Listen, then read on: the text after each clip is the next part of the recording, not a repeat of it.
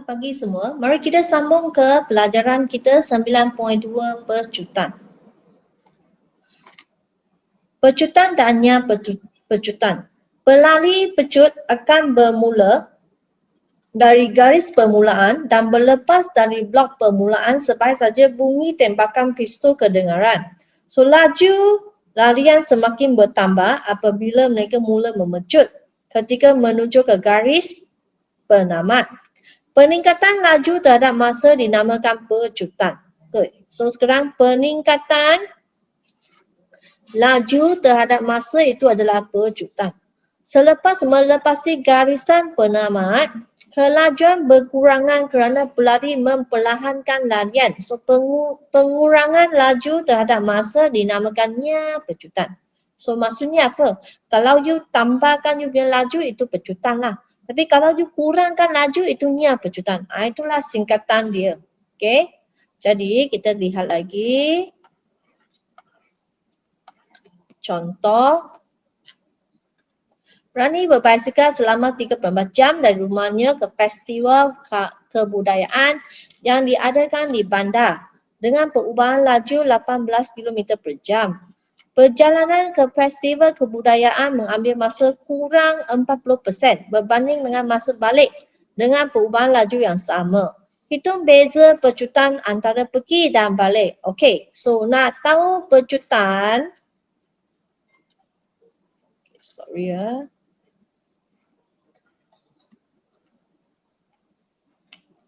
Okey. Dia sudah beritahu anda perubahan laju. So, ini adalah sama dengan perubahan laju.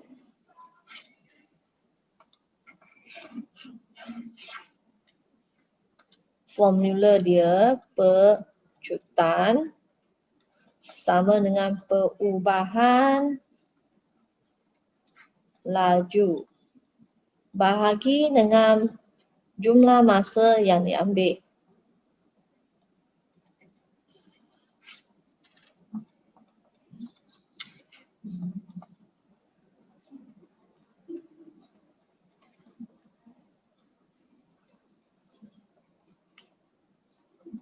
Okey.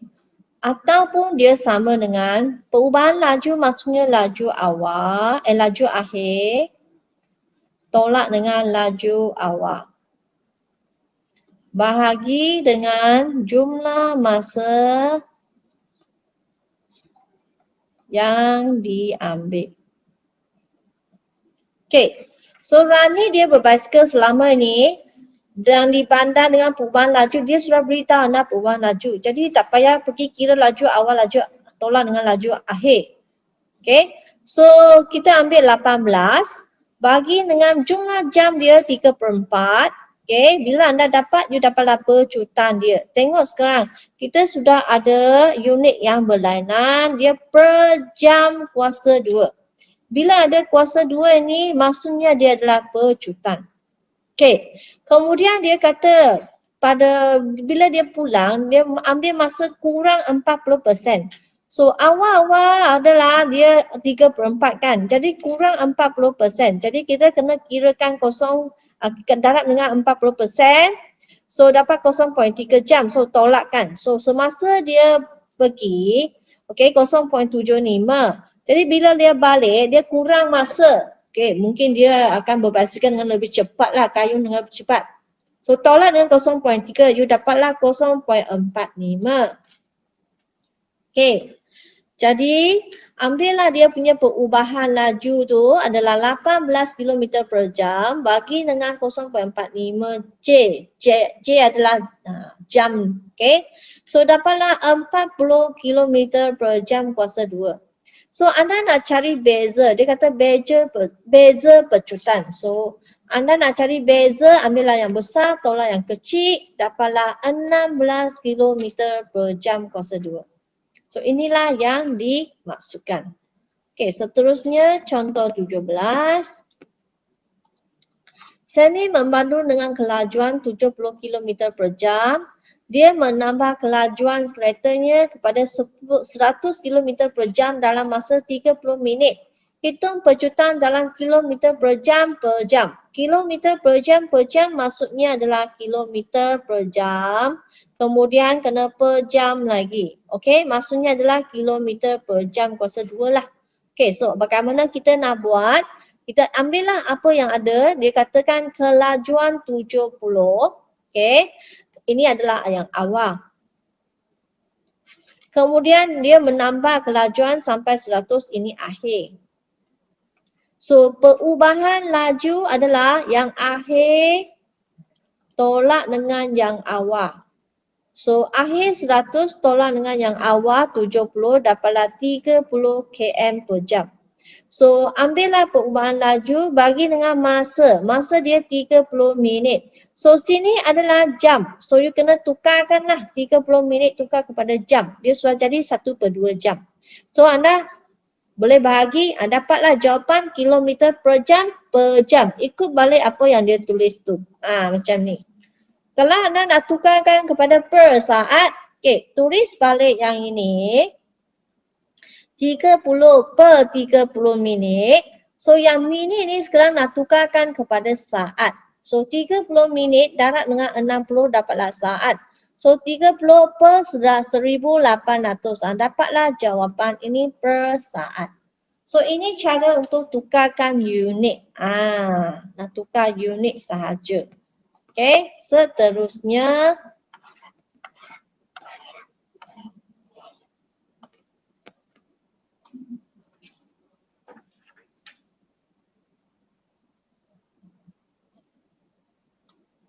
Sampai ke penyelesaian masalah ini.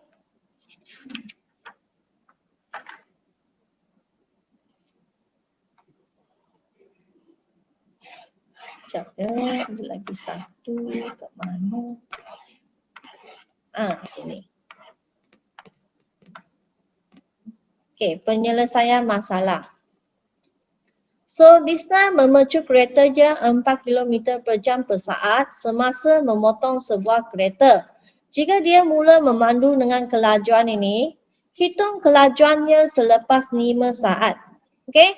Anda nak tahu kelajuannya selepas 5 saat. So, sini sudah beritahu anda dia pecut bagaimana. Jadi, anda kena guna yang apa yang dia tulis kat sini lah. So, 4 km per jam per saat. Ini pecutannya. So, ini adalah pecutan. Okay. So, ini adalah laju awal. Mula kan. So, ini adalah laju awal. Hitung kelajuan ini maksudnya akhir. Laju akhir. So, nak masa dia adalah 5 saat. Jadi, anda akan tuliskan 4 km per jam. Okay, per S ini pecutan sama dengan laju dia selepas 5 saat tolak dengan 100. Ini perubahan laju kan, bagi dengan 5.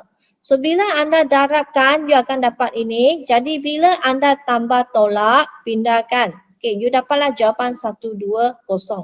Okay, cikgu tunjukkan ya. 4 km per jam over dengan 1 saat. Okay. Per saat kan. Sama dengan sini adalah perubahan laju. Bagi dengan masa adalah 5 saat. So 4 km per jam over 1 saat ni sama dengan perubahan laju adalah yang akhir. Laju akhir. Laju akhir tolak dengan laju awal bahagi dengan 5 saat. So, bila anda darabkan, you dapat 20 km per jam. Okay, sama dengan ini laju akhir tolak dengan 100 km per J.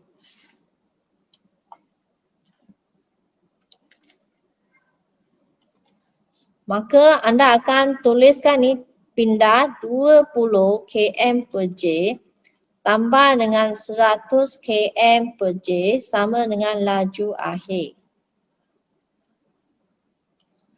Jadi 120 km per J sama dengan laju akhir tu. Dapatlah jawapan. Itulah yang dimaksudkan. Okey. Seterusnya contoh 19. Sebuah motosikal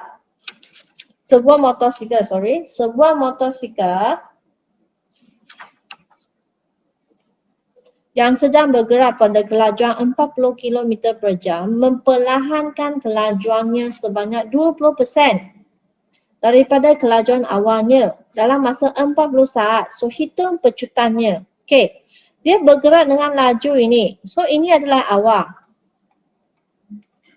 Kemudian dia perlahankan. Perlahan maksudnya sekarang adalah pecutan lah. Nanti dapat negatif ya. So dia perlahankan kelajuannya sebanyak 20%. Jadi kenalah darab, tolakkan dia supaya dia tak ada begitu cepat lagi. So 40 nanti dia akan kurang. So bila dia kurang, dia akan tinggal lagi 80% lah. Ataupun you kirakan dia punya 20%, kemudian you tolakkan pun boleh lah. Baru anda boleh hitungkan pecutan dia. So tengok kat sini. So di sini dia laju selepas 40 saat. So dia dapat 80/100 kerana dia kurang 20% kan. Jadi dia masih jalan dengan 80%. So dia darab dia dapat 32. So ini adalah akhir. So yang akhir 32 tolak dengan yang awal 40 bagi dengan saat 40 saat. So you dapat negatif 0.2. So ini bila anda tulis pecutan, you mesti tuliskan tolak 0.2. Kalau you tuliskannya pecutan, maka negatif sudah hilang. So tinggal 0.2 sahaja.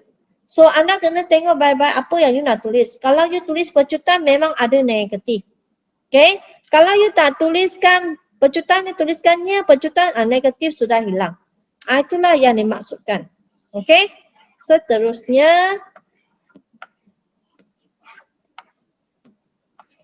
contoh 20. Gambar rajah menunjukkan graf laju masa bagi pergerakan sebuah lori mainan dalam tempoh 27 saat. Pecutan bagi lori mainan itu ialah, sudah bagi anda pecutan. So dia nak anda hitung laju V kat sini. Berapakah V kat sini? So bagaimana kita nak kirakan untuk yang ini? So pada sini mula-mula awal mestilah kosong kan? Bukan mula, akhir. Kerana dia turunkan. Pecutan dia turun. Jadi dia turun sampai akhir mesti kosong lah. Awal dia ada hal laju dia. Jadi kita akan tuliskan pecutan negatif 0.741 ni dia akan sama dengan akhirnya kosong tolak dengan V over masa 27 saat. Ini saat juga kan? Jadi tak ada masalah. Jadi negatif 0.741 darab 27 sama dengan negatif V. So you darab lah. Darab akan dapat jawapan. Kita tengok ya. You darab, you dapat 20 sini. So 20 ini adalah negatif. Sama dengan negatif V. So 20 sama dengan V. So V sini adalah M per S. Dapatlah jawapan. Hitung jarak pergerakan lori itu selepas 2.2 saat.